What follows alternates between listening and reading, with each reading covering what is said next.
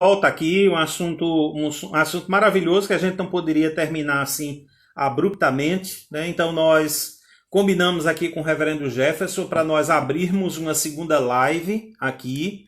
Nós aguardamos por vocês, aí vocês que estavam conosco. Tínhamos aí muitas pessoas aí conosco, né? Nós aguardamos por vocês para nós reconectarmos aqui o Reverendo Jefferson para nós continuarmos. Se vocês tiverem alguma pergunta, né, nós vamos ter um momento de bate-papo, né, de conversa. Você tiver alguma pergunta, alguma dúvida, você pode deixar aí nos comentários para a gente compartilhar aqui com o reverendo, estarmos nesse momento aí de bate-papo, né?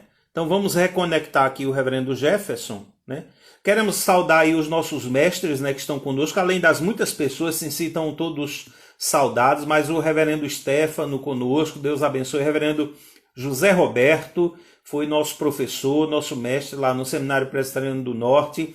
Vi o reverendo Irineu aí, o Josielson também, outros irmãos que nos acompanham aí, e nós queremos abraçá-los todos, agradecer aí pela companhia de vocês, pelo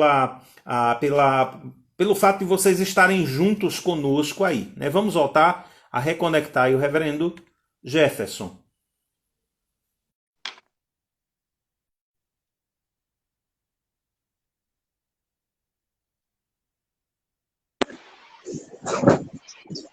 Pronto, reverendo. A gente fica mais à vontade. Você fica sem muita pressa, sem a gente estar olhando para o relógio, a gente tem mais uma hora aí pela frente, né? Certo, pastor. Veja, Viu? já que a gente tem tempo, eu vou retomar o argumento que eu vinha desenvolvendo sobre não irritar os filhos. Porque, veja, é muito fácil para um pai, ele, de alguma maneira, ele querer usar da autoridade que ele tem.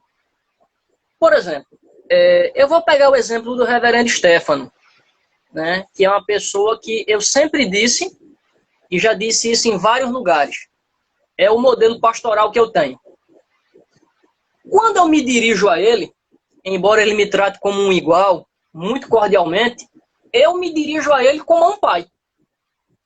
Eu reconheço a autoridade dele sobre mim. E eu procuro tratá-lo como meu pai. Uma referência que eu tenho, né? Então veja, Paulo, ele usa um contraste, né, do negativo com o positivo. Ao invés de irritar os filhos, por meio de lamentáveis posturas, que elas só fazem distanciar os filhos dos pais têm a missão de educar e trazer os filhos para perto. Então vejam, para pegar o próprio exemplo do reverendo Stefano, ele trata com amor, com carinho, ele trata com muito respeito, com deferência. Então, a mesma coisa deve acontecer entre pais e filhos. Tem que haver uma espécie de casamento, né? Eu digo assim, o pai, ele tem que ser estratégico. Eu vi uma imagem que me chamou muita atenção. Alguém disse assim, quando você quer pegar uma borboleta, o que você faz? Você tem duas coisas que você precisa fazer. Você precisa construir um jardim que seja agradável e próprio para as borboletas, e você tem que ter uma rede. Então, da mesma forma, os pais. O que os pais eles devem fazer? Eles devem criar condições, e essas condições já foram estabelecidas. Está aqui o manual, a bússola, né? Está aqui tudo quanto nós precisamos para que nós possamos criar um mundo para os nossos filhos. Veja, o que nós precisamos entender é que a educação cristã, ela não pode acontecer quando o filho cresceu. O meu filho, ele tem que crescer sabendo que ele é um crente. Eu disse para uma pessoa na igreja, quando ela me procurou para batizar o filho, membro da igreja. E eu disse assim, graças a Deus, teremos mais um membro não comungante, mais um filho da aliança.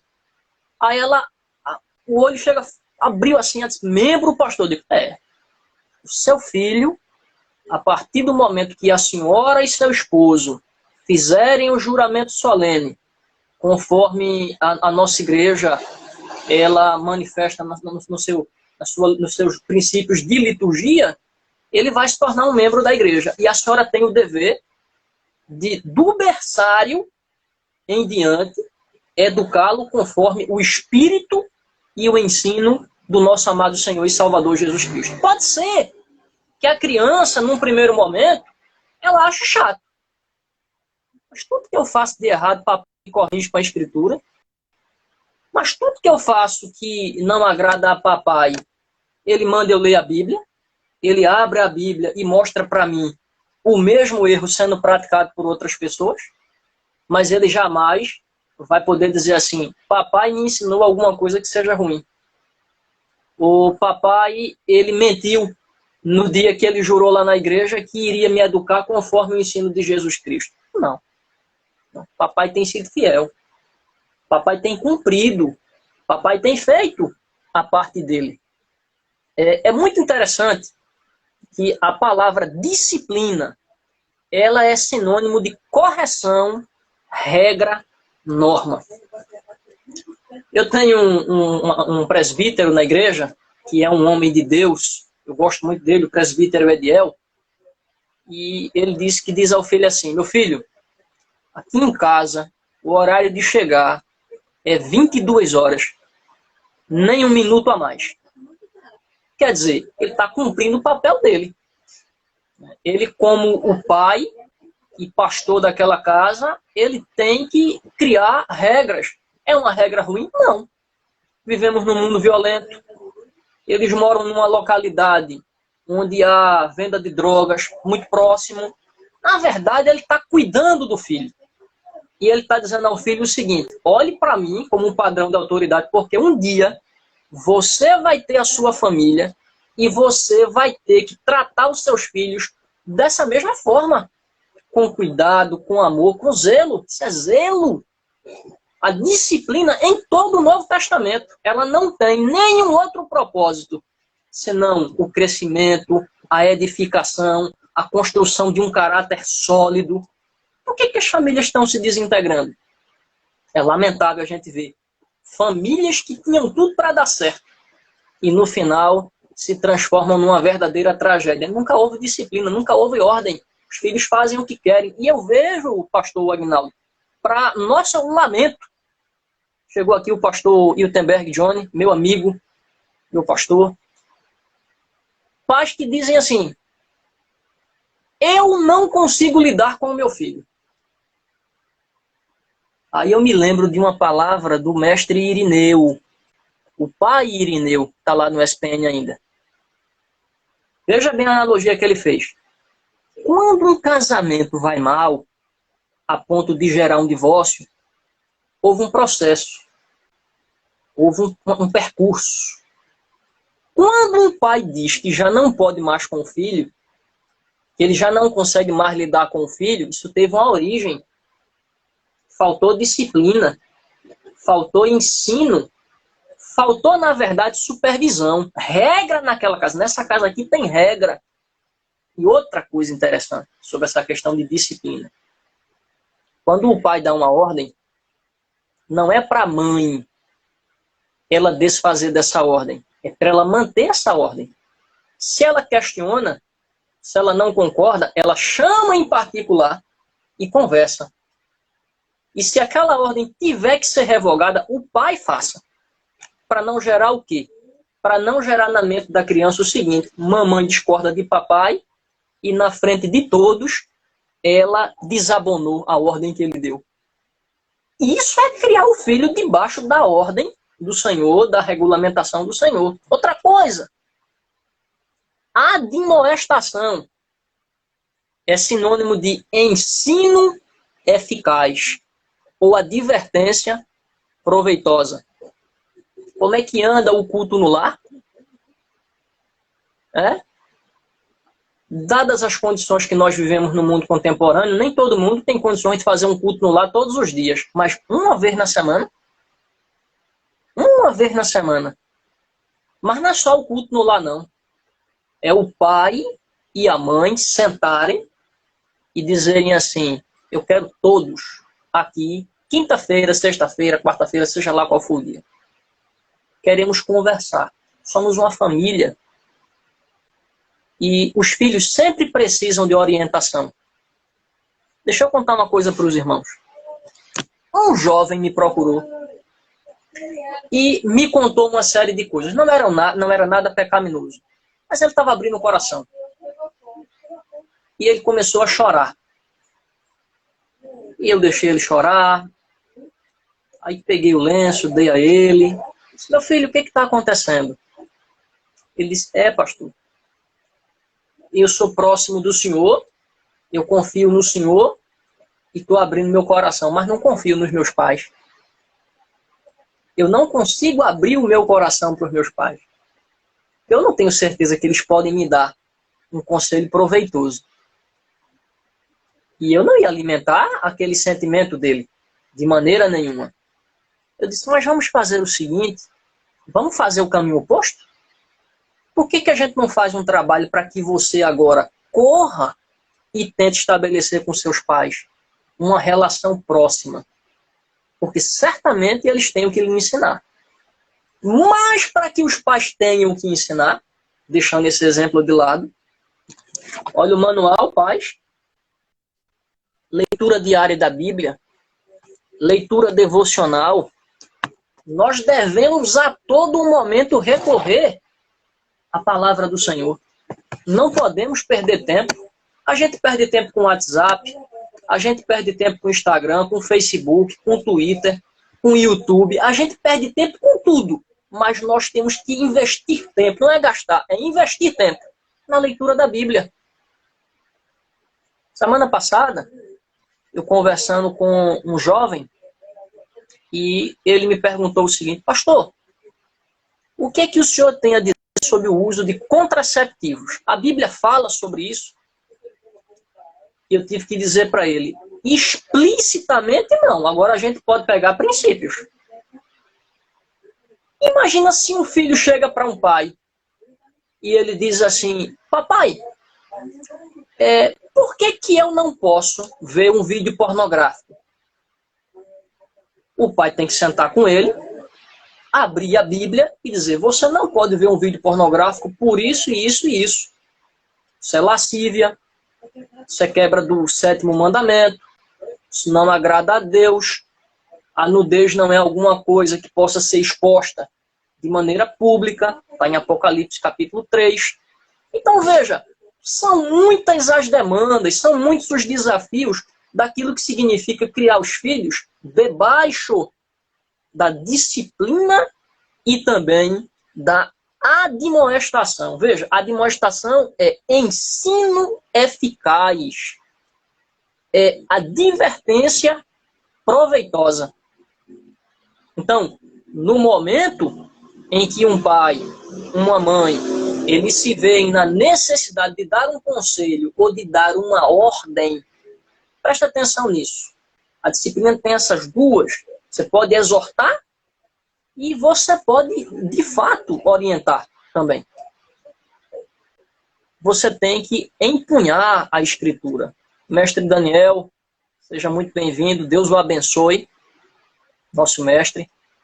E eu tenho que estar munido da Escritura para que eu possa dar o conselho correto. Imagina eu, com a minha mente pecaminosa, achar ou pretender que eu terei condições de orientar o meu filho. Quando o Salmo 127 diz assim: os filhos são uma herança do Senhor. Então, quando eu olho para o meu filho, primeiro eu olho para cima. Eu digo: Senhor, tu me deste. Orienta-me para que eu possa criá-lo como tu queres que eu crie. É isso que nós temos que fazer. E o que os pais têm feito hoje? Na minha casa quem manda sou eu. Não. Negativo. Nessa casa aqui que eu moro, moramos eu e minha mãe. Então, primeiro, se essa casa pertence ao Senhor, se eu e a minha casa pertencemos e servimos ao Senhor, quem manda nessa casa é Deus. Nós fazemos aquilo que Deus manda. Agora, a minha mãe é minha superiora. eu presto continência a ela, eu obedeço a ela, e a minha mãe, mesmo sendo leiga, mesmo sendo uma pessoa simples, quase analfabeta, ela diz assim: meu filho, o que a Bíblia diz sobre isso? O que Deus fala na palavra sobre isso? E nunca me deu um conselho do qual eu possa ter me envergonhado. Pelo contrário, sempre diga à mamãe, todas as vezes que a senhora me dá um conselho, que eu sigo o seu conselho, sucedido. Veja, irmãos, criar filhos deve contar com esse pressuposto fundamental. Nós não podemos abrir mão da palavra do Senhor. Cabe ainda notar que essa expressão, criar os filhos sob a disciplina e a demonstração do Senhor, além de falar da verdadeira forma, lembra a cada um de nós que os pais devem ser provedores dos seus filhos de maneira integral. E para ser provedor de maneira integral, eu tenho que realmente obedecer aquilo que preceitua as Escrituras. O que a gente aprende aqui? Os pais não podem, como não devem, criar os filhos tomando por base os valores do mundo secularizado. Esse mundo é terrível. Sabe o que o mundo quer? Destruir a sua família. Essa semana, um deputado, me permita uma expressão, decrépito, ele disse: devemos mudar a configuração da família. Que função a família tem?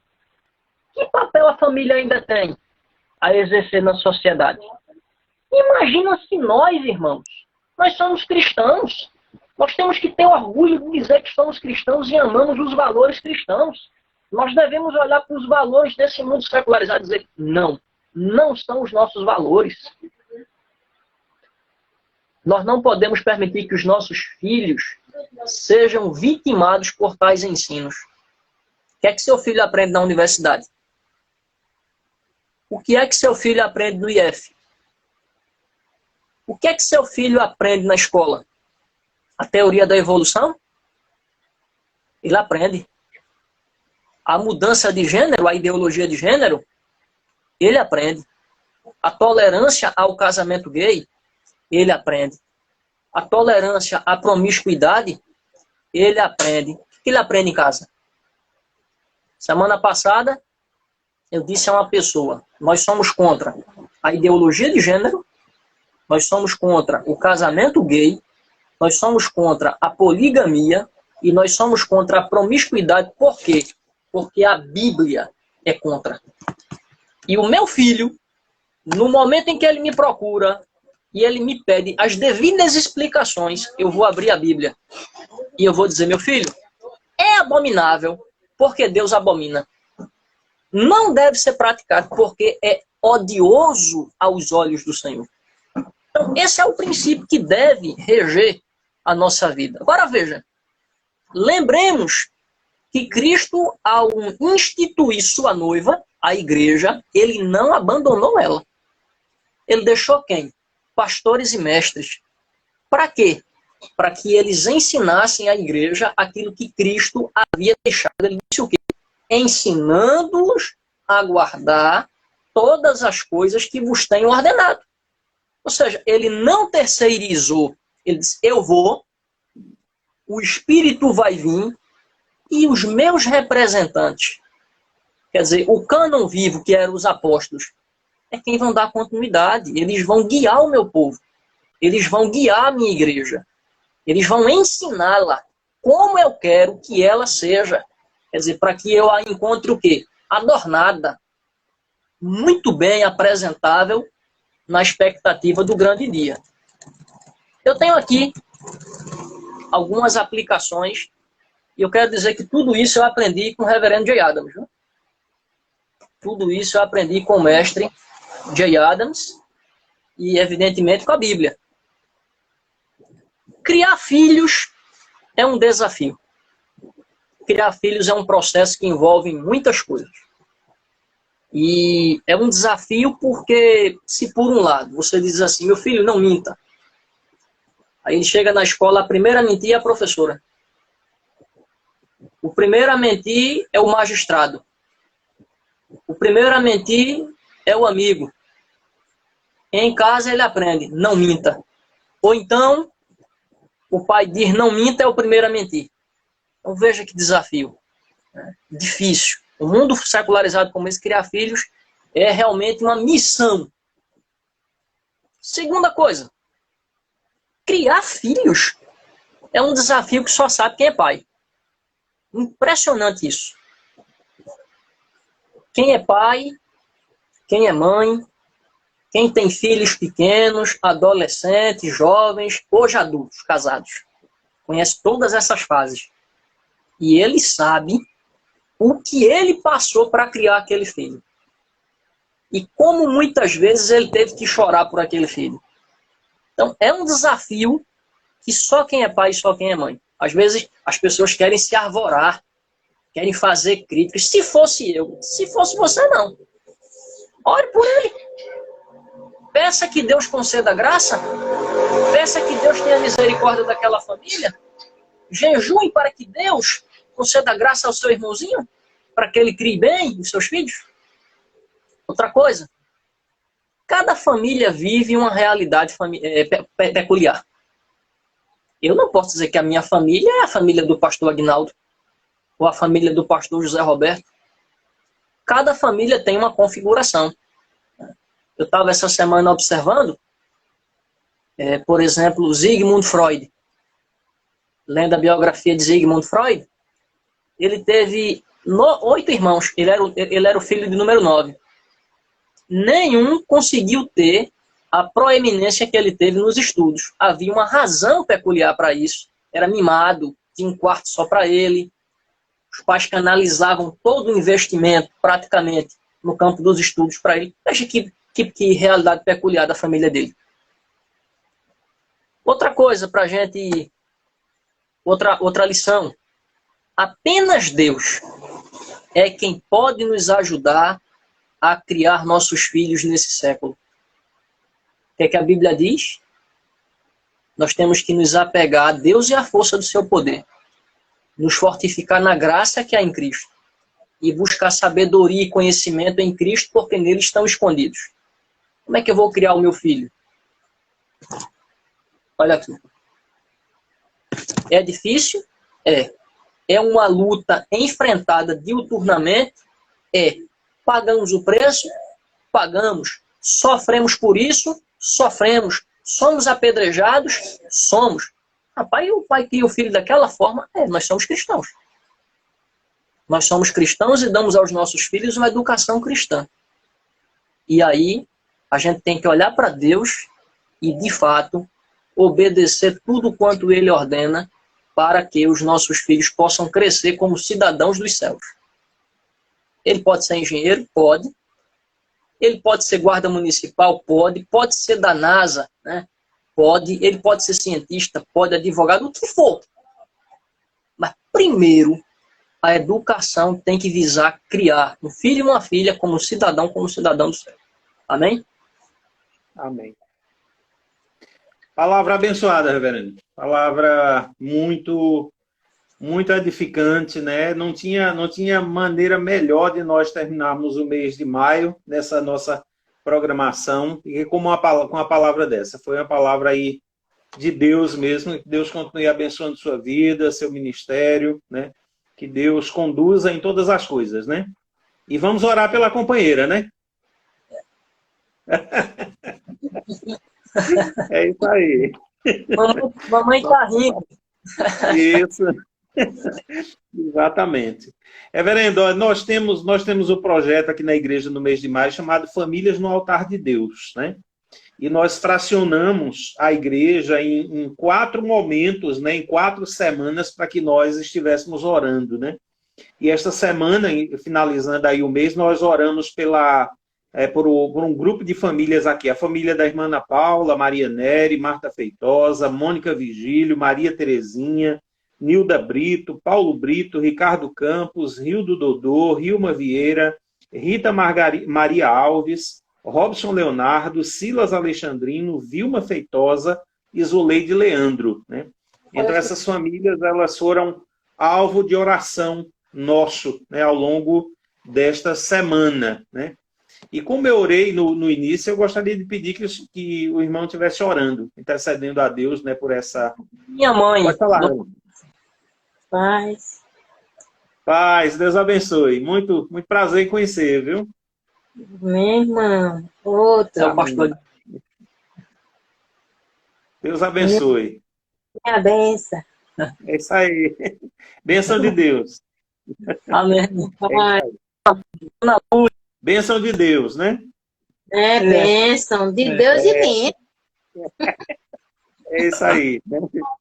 Aí eu vou pedir, reverendo, para o senhor estar orando, né? Colocando diante de Deus. Logicamente, o senhor não vai lembrar de todos os nomes, mas aqui, como nós citamos, né? Deus estará com certeza, como tem abençoado as nossas famílias, né? Pelas famílias que estão conosco também, né? Os nossos professores. Aí o reverendo Daniel Carneiro entrou há bem pouco tempo, né? Que Deus abençoe.